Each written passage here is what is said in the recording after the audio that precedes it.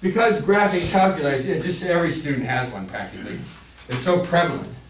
Algebra teachers are able to do a lot more function types of activities, graphing and things like that in class. Well, we had to do all of our graphs by hand, so naturally we were limited. And what we did was that the teacher would have us draw some graphs at night as homework, and the next day we would have to come with maybe 10 or 12 graphs already drawn, and then we'd talk about it and like do algebra with it. So they were already drawn. All right, go to 53. Okay, so you have a graph here. Something like this. Come down here like this. Come down here like this. Something like that, right? No little hash marks on our axes at all, right? This is an example of a math problem that you have to use calculatus eliminatus on. That's the only way to do this problem. You have to consider each and every answer choice. So you look at these answer choices, the inequality statements in those answer choices, they look very close to the slope-intercept form of an equation of a straight line, which is y equals mx plus b. Very close to that, right? Very close to that.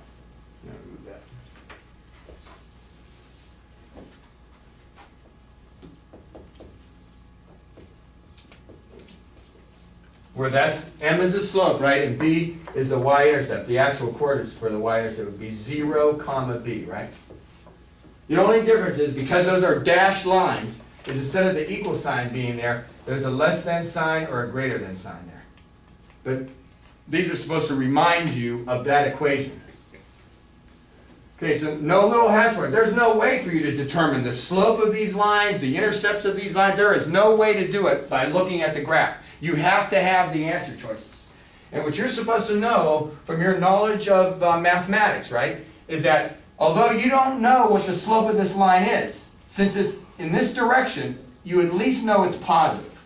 So the slope of this line is positive. M equals positive something. And this line down here, this one, the way, because by inspection, by just looking at it, it also has a positive slope. So M equals positive something. Okay? So both of these lines have a positive slope. That's very valuable, because if in any of these answer choices, either of the slopes of the two statements is negative, it couldn't possibly be the answer. So you start rejecting answers. Remember, you're using calculatus eliminatus on a math problem. Pretty rare, you don't use it very often on the math section. So you look at alpha, that's okay. You look at Bravo, I'll look at that minus 1/2 slope there in the second statement, see it? So Bravo's out, straw, right? Strike through rejected answers.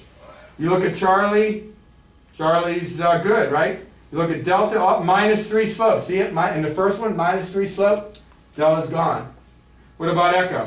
Echo's good. Okay, we were able to eliminate 2 solely on the fact that the SIGN, not to be confused with the sine of an angle in trigonometry, that the SIGN is what I like to say, I like to use the letters, okay? That the SIGN is positive of the slope.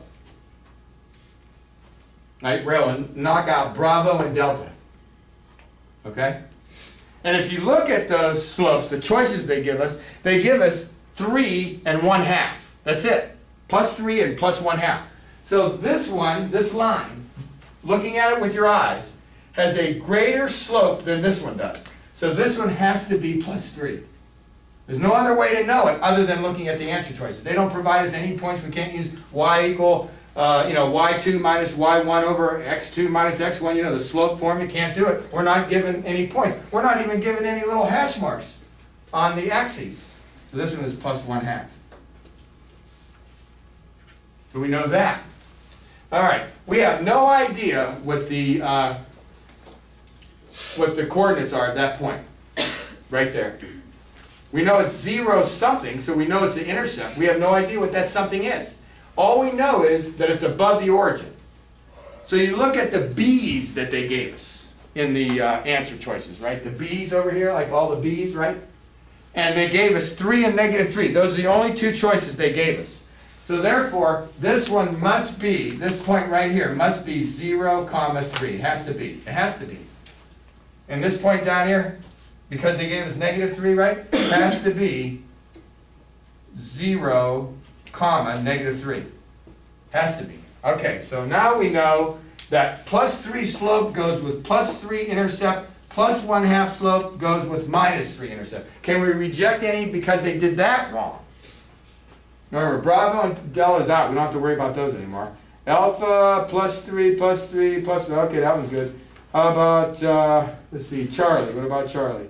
Let's see, we got, we got -3 with +3, and we got +3. Oh, no, Charlie's gone.